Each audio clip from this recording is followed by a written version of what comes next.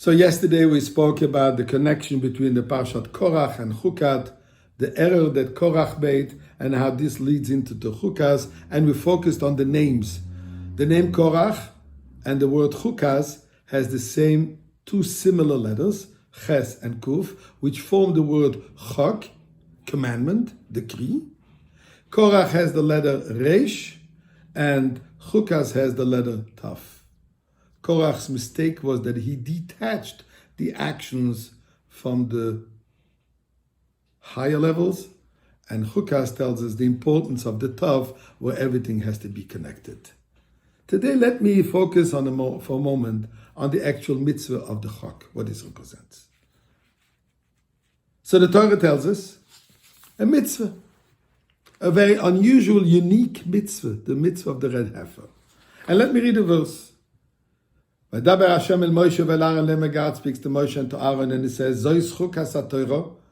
This is the decree of the Torah, which God commanded. Daber al bnei Yisrael says to the Jewish people, V'yikro ilecha, they should take to you, Porah aduma temima, a red heifer, a complete one, and asher ein bo mum, that has no blemishes, asher la'ola oleh oil, that has never carried a yoke. A specific mitzvah.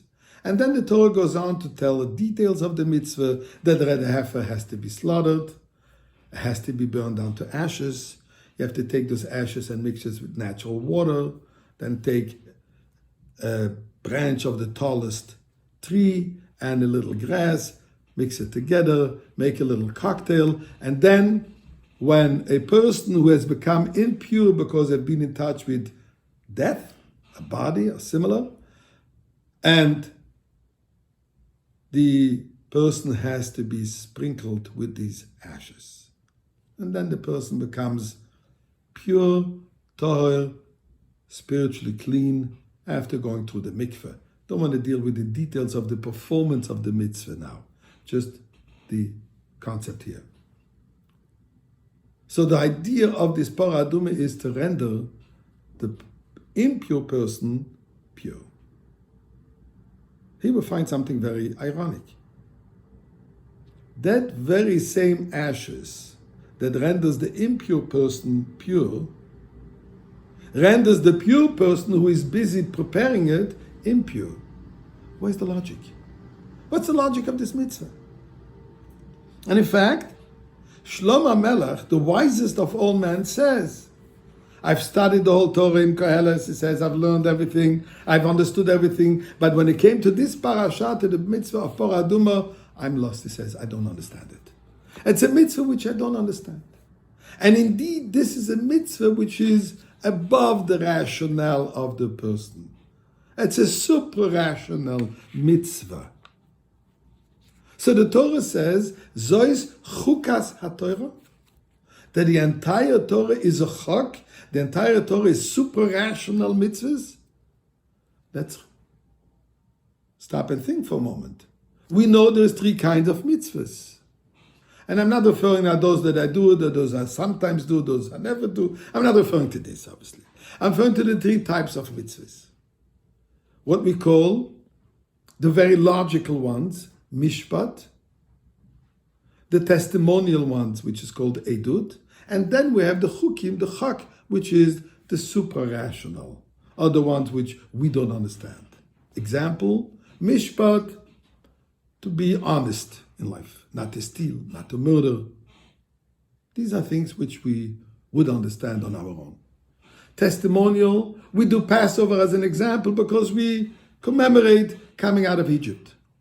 So this is edus, from testimony. And like this we have many mitzvahs. We have a few, which is a chak. So why does the Torah call the entire Torah Zois chukas haTorah? This is the chak, this is the supra-rational Torah? No. Majority of the mitzvahs in the Torah are rational. We understand either on our own or after we were given the explanation. But the answer to that is as follows. God is giving us a basic concept, a basic message, that even those rational mitzvahs, even those testimonial mitzvahs that we understand the logic and the beauty and the benefit and so on, We should do them not because we understand them. We should do them because God commanded us. Just like we do the mitzvah of Paraduma. Because God commanded, although I don't understand it, so to every mitzvah should be done because it is a commandment of God. And in fact, that's the only way we can guarantee that we will be practicing it.